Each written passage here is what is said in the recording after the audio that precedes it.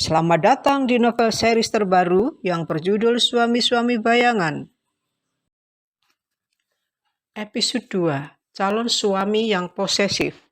Sejak kuliah, Almira tinggal di kos dekat kampus.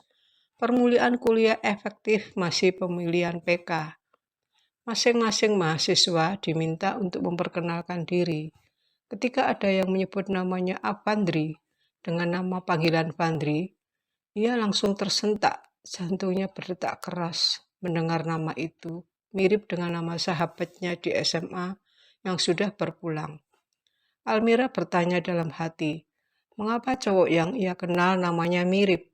Avandi sahabatnya waktu SMA, Andre cowok yang dijodohkan ibunya dengannya, dan Avandri teman kampusnya. Ia terpesona melihat sosok Vandri yang kalem, santun, dan berwibawa. Almira juga memperkenalkan diri dengan nama panjang Almira Dewi Bestari, panggilan Almira atau Mira. Dari hasil musyawarah kelas, Vandri terpilih menjadi PK dan Almira terpilih sebagai sekretaris. Akhirnya jam kuliah usai sudah. Vandri menghampirinya mengajak pulang bersama karena tempat kos mereka berdekatan. Almira tidak bisa menolak, mereka pulang naik motor. Sepanjang jalan mereka bercerita, bercanda, bak dua sejoli di mabuk cinta. Hari yang sangat melelahkan bercampur bahagia, itu yang dirasakannya. Perasaan yang aneh, pikirannya selalu tertuju pada Vandri. Esok paginya ketika mau masuk kelas, ada tangan seseorang menghadangnya tepat di pintu. Dia cowok yang mengganggu pikirannya semalam. Perawakannya tinggi, tegap, berkulit putih, rambutnya sedikit bergelombang, hidungnya mancung. Vandri menyapanya dengan lembut dan ramah. "Pagi Mira," sapanya dengan senyum manis di bibirnya yang tipis. "Pagi juga," jawab Mira malu-malu. "Aku mau masuk nih, tolong dong kasih jalan," pintanya. Akhirnya Vandri melepas tangannya dan mengikuti masuk kelas. Ketika mau duduk di kursi, tak sengaja tatapan mereka berpadu. Tatapan mata Vandri yang lembut membuat Mira terbawa perasaan. Esok paginya ketika mau masuk kelas, hari Jumat pagi, Mira ditelepon ibunya untuk segera pulang ke rumah. Karena hari Sabtu tidak ada jadwal perkuliahan. Dia pulang naik angkutan umum. Sesampai di rumah, ia melihat raut wajah ibunya sangat cemas. Ibunya sudah menunggu di teras depan. Ia mencium punggung tangan ibunya. Lalu ibunya menggandengnya dan mengajaknya duduk di sofa. Ibunya menanyakan kebenaran info dari Andri. Semua kegiatannya di kampus, termasuk kedekatannya dengan satu cowok yang bernama Vandri. Almira tidak bisa mengelak dan membenarkan semua perkataan ibunya. Dan ibunya tampak sangat kecewa. Yang ia heran, bagaimana Andri bisa tahu semua hal tentang kegiatannya di kampus. Ibunya memutuskan supaya mulai besok, Almira tidak usah tinggal di kos lagi, karena Andri bersedia mengantarnya ke kampus. Almira sangat kecewa, tapi tidak berani membantah. Ternyata benar yang dikatakan ibunya. Setiap hari Andri datang menjemput dan mengantarnya ke kampus. Mira memendam rasa jengkel setiap kali ketemu, tapi ia berusaha bersikap ramah pada Andri karena takut menyakiti hati ibunya. Malam itu baru saja ayah, ibu, dan adiknya pergi kondangan di rumah tantenya. Tiba-tiba Mira dikejutkan dengan kedatangan Andri yang membuatnya bad mood. "Mau kemana Mira? Malam-malam kok rapi banget?" tanya Andri. Ia tidak menjawab, hanya menarik nafas panjang menahan kesal. Namun tiba-tiba suara kilat memecah ketegangan. Listrik mati, semua lampu di rumah padam. Hujan lebat bersamaan dengan angin yang meneru-neru. Mira ketakutan. Tanpa sadar, ia lari memeluk Andri. Andri menuntunnya duduk di sofa dan mendekapnya erat. Tangannya menggenggam tangan Mira di atas pahanya. Almira mendengar nafas Andri yang tak beraturan, dan tangannya merasakan sesuatu yang membesar dan tegang di antara kedua paha Andri. Almira mulai menyadari kalau birahi Andri mulai bangkit.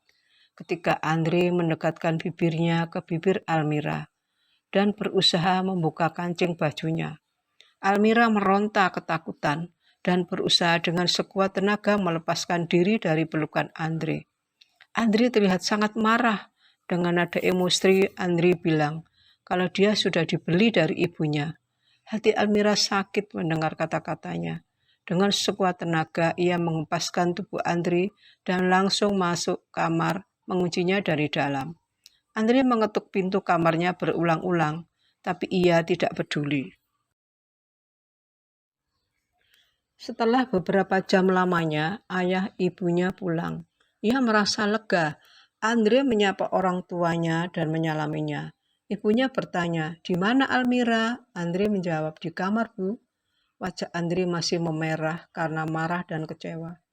Ibunya menyuruh Almira menemui Andre. Almira keluar kamar dengan perasaan sedih, tapi dia pura-pura baik hanya untuk menyenangkan hati ibunya. Ayahnya mengerti perasaannya, tapi ia hanya bisa menghela nafas panjang. Malam terus merayap, kedua matanya masih menerawang ke langit-langit kamar, mengingat kembali perkataan Andre yang sangat menyakitkan. Katanya ia sudah dibeli. Almira merasakan tekanan yang sangat berat, nafasnya menjadi sesak, dadanya bagai dihimpit batu gunung yang sangat besar. Ia tak habis pikir mengapa ibunya tega tanpa memikirkan perasaannya. Bukankah setiap manusia berhak menentukan pasangan hidupnya sendiri? Pertanyaan-pertanyaan itu timbul tenggelam dari permukaan pikirannya. Ia coba bicara sama ibunya, menceritakan tentang kejadian yang baru dialaminya. Di luar dugaan, ibunya tak percaya semua ceritanya. Ibunya malah mengancam kalau tidak mau dijodohkan dengan Andre, ibunya akan bunuh diri. Almira dihadapkan pada pilihan yang sulit, bahkan tidak punya pilihan selain menuruti kemauan ibunya. Pada hari Minggu, Andre datang pagi-pagi sekali, walaupun tidak mengantar Almira ke kampus. Ia heran, tidak bosan-bosannya ke rumah, padahal sikap Almira apatis padanya. Seperti biasa, ibunya menyambut dengan ramah.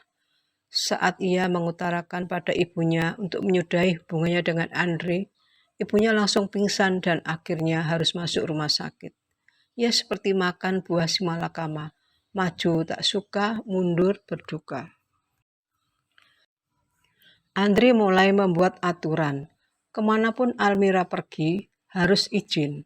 Almira hanya mengiyakan saja, meskipun hatinya kesal. Andre adalah cowok yang sangat overprotective, posesif, dan cemburuan. Dia pun sempat cemburu dengan Vandri, teman sekelas Almira. Padahal ia dan Vandri tidak pernah menjalin hubungan spesial.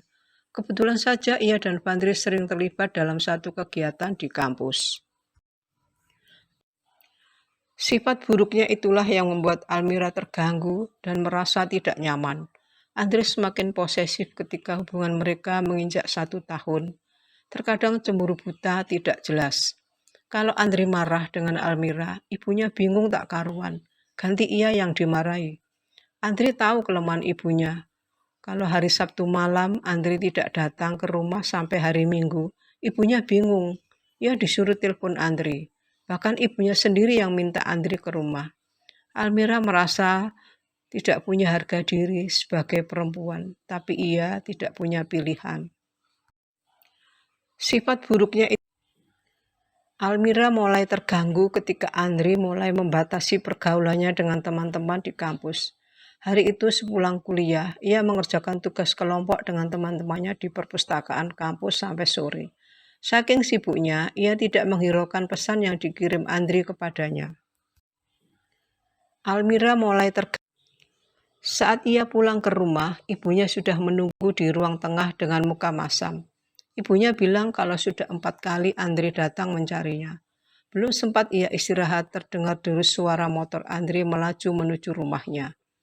Tanpa permisi, Andre langsung nyelonong masuk dan mencerca dengan berbagai pertanyaan padanya. Dengan kondisi yang sangat capek, Almira malas menjawab pertanyaannya. Ia hanya menjawab singkat kalau ia mengerjakan tugas di perpustakaan kampus. Andre marah-marah karena ia tidak dihargai sebagai pacarnya. Bahkan dia menuduh kalau Almira ambil kesempatan bersenang-senang sama cowok lain. Pertengkaran seperti itu sudah sering terjadi. Saat ia pulang ke rumah, ibunya sudah menunggu.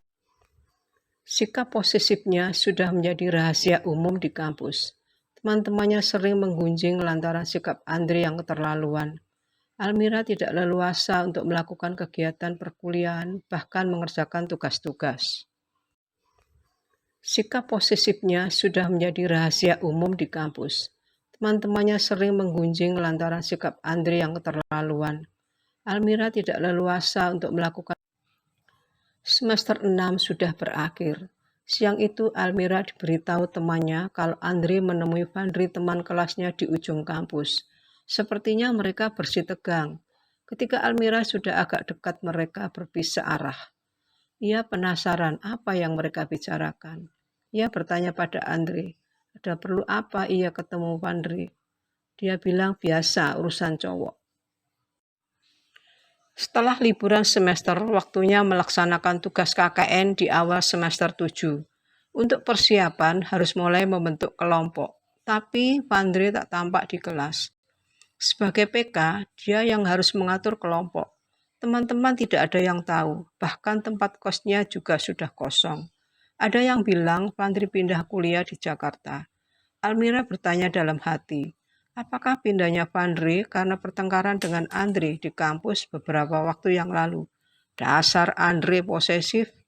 Demikianlah akhir cerita dari kisah nyata posesif. Nantikan kisah berikutnya yang lebih seru pada episode yang ketiga dengan judul Terpaksa Menikah. Setelah